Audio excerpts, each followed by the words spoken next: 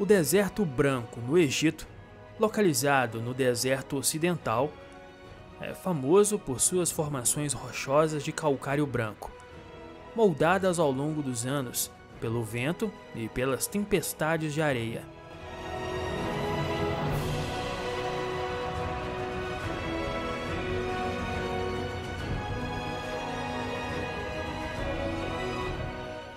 As rochas esculpidas em formas incomuns que lembram cogumelos e outras figuras criam uma paisagem única e surreal.